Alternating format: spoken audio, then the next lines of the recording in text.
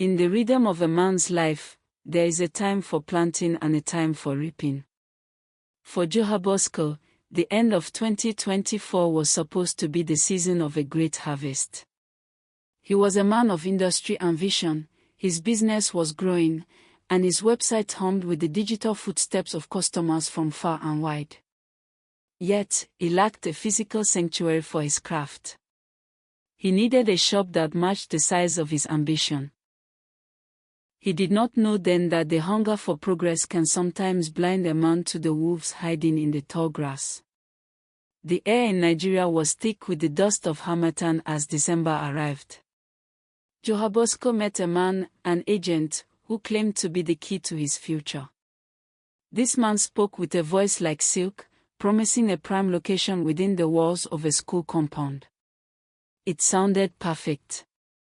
A school is a place of light, a place of safety. The agent introduced him to another man, the owner, who looked Joe Bosco in the eye with a practiced honesty that was forged in the pits of hell. They spun a tale of a tenant traveling abroad, leaving behind a golden opportunity. They walked him through the shop. It was unfinished, raw, and full of potential. Looking at those bare walls, Joe Bosco saw his future. He saw his customers lined up and a life of stability for the woman who stood by his side. The price was 800,000 naira. To some, that is just a number. To Joe Bosco, it was his life's blood. It represented every late night, every skipped meal, and every sacrifice made over years of toil.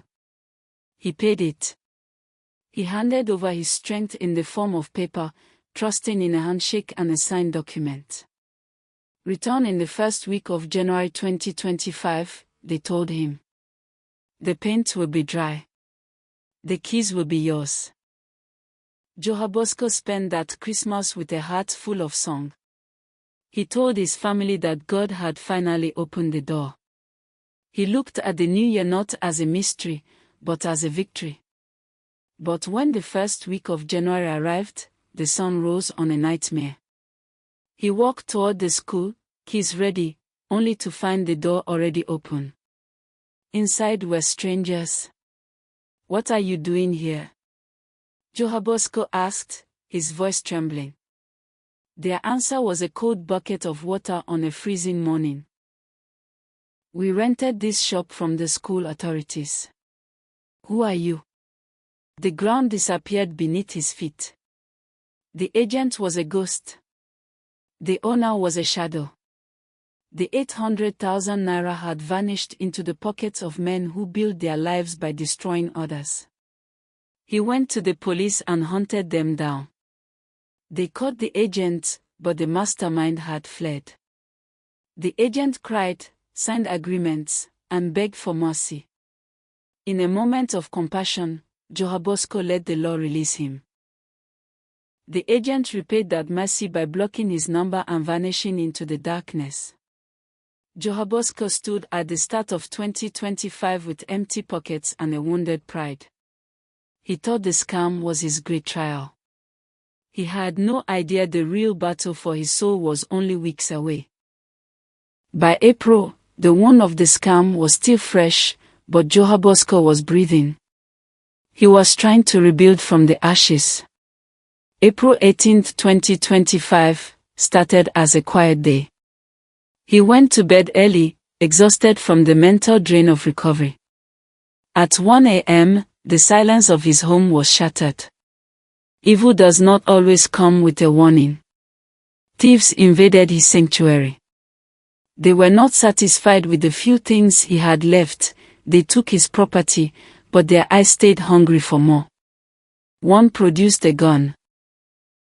In that small room, the barrel looked like a tunnel to eternity. Before a prayer could be uttered, a shot rang out. The bullet struck Joe Bosco in the head. There is a sound to your own life ending, a roar that silences the world. Joe Bosco hit the floor, and the darkness rushed in to claim him. The thieves fled, leaving a dead man behind. By every law of medicine, they were right. But they forgot about the woman in the room. His partner, the woman who would become his wife, did not freeze. She saw the blood on the floor and chose to fight the Reaper. She didn't wait for an ambulance, she hauled his fading body into the night, screaming at the heavens for mercy. She rushed him to the hospital, her hands stained with the blood that was supposed to be his end. The surgery was a miracle of metal and grace. When Joe Bosco finally opened his eyes, the first thing he saw was her face, tired and tear-streaked, but glowing with an unbreakable light. He survived. He was discharged weeks later, a man with a scar that told a story of a battle won. He realized then that the 800,000 naira he lost in January was just a fee to find out who would truly stand by him in the dark. As soon as he could walk, he went to her people and paid her bride price. He honored the woman who had pulled him from the jaws of the lion. They relocated immediately, leaving the house of blood behind to seek a new life. Starting over is never easy when you carry the weight of trauma. Joe Bosco and his wife faced many things in those first months. They were broke, they were looking over their shoulders, and his head still throbbed with the memory of the lead. But the God who kept him alive on April 18th did not do it to see him suffer in the dirt. Slowly, the tide began to turn. The customers who had found him online started to return.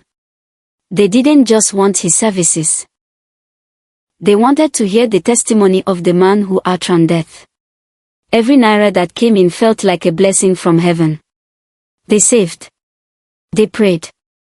They built. The year 2025 ended not with the funeral the thieves had planned, but with a celebration that the angels attended. They held their traditional marriage and their white wedding. Standing at the altar, Joe Bosco realized that the scammer in January had been a cleansing. The money was taken so he would learn that money is not a foundation. The thieves took his peace so he would learn that God is the only sanctuary. Then came the ultimate miracle. They welcomed their first child.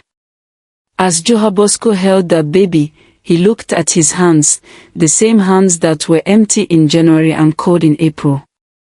Now, they were holding a legacy. Today, Joe Bosco stands as a survivor, a husband, a father, and a witness.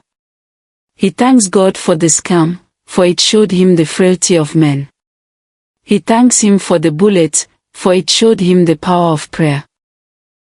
And he thanks him for the relocation, for it led him to the place where he could finally bloom. His message to the world is simple: if you are in your January or your April, do not give up. The shop may be gone, the money stolen, and the enemy may have aimed for your head, but if God has not said it is over, you are just getting started. Thank God for everything.